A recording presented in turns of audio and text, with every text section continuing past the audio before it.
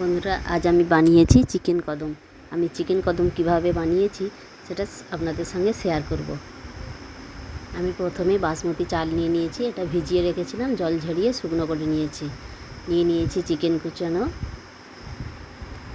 লঙ্কার কুচি, ধনেপাতা, টমেটো কুচি, লেবু, গাজর, বিম কড়াই আর ক্যাপসিকাম, পেঁয়াজ একটু খুব ভালো করে কুচিয়ে নিয়েছি। নিয়ে নেব কর্নফ্লাওয়ার আর ময়দা। আমি 2 কাপ করে নিয়েছি, আপনারা আপনাদের পরিমাণ মতো নেবেন।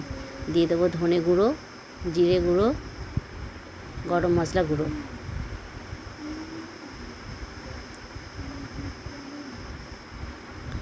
আদা রসুনের পেস্ট আর কুচানো সবজিগুলো দিয়ে ভালো করে জল দিয়ে মাখিয়ে নেব।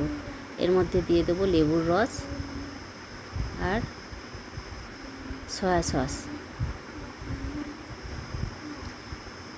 দিয়ে দেবো 2 চামচের মতো সাদা তেল দিয়ে নুন দিয়ে ভালো করে মাখিয়ে নেব।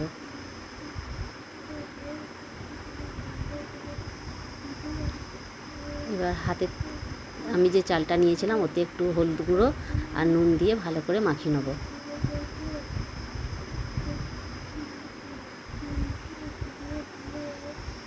আমি হাতে একটু সাদা তেল দিয়ে বুলিয়ে নেব, নিয়ে মাখাটা গোল গোল করে বলের মতো করে নেব। এইভাবে সব মাখাটাই সব বল বল করে নেব, নিয়ে রাখবো। এরপর হলুদ মাখা চালটা ওই বলের মধ্যে দিয়ে ভালো করে মাখিয়ে নেব। আমি আগে থেকে গ্যাসেতে জল বসিয়ে রেখেছিলাম, জলের ভাপটা উঠে গেছে। এবার এক এক করে সব বলগুলো দিয়ে দেবো, দিয়ে একটা ঢাকা দিয়ে দেবো। মিনিট 15 পরে খুলে দেখব যে ওটা হয়ে গেছে।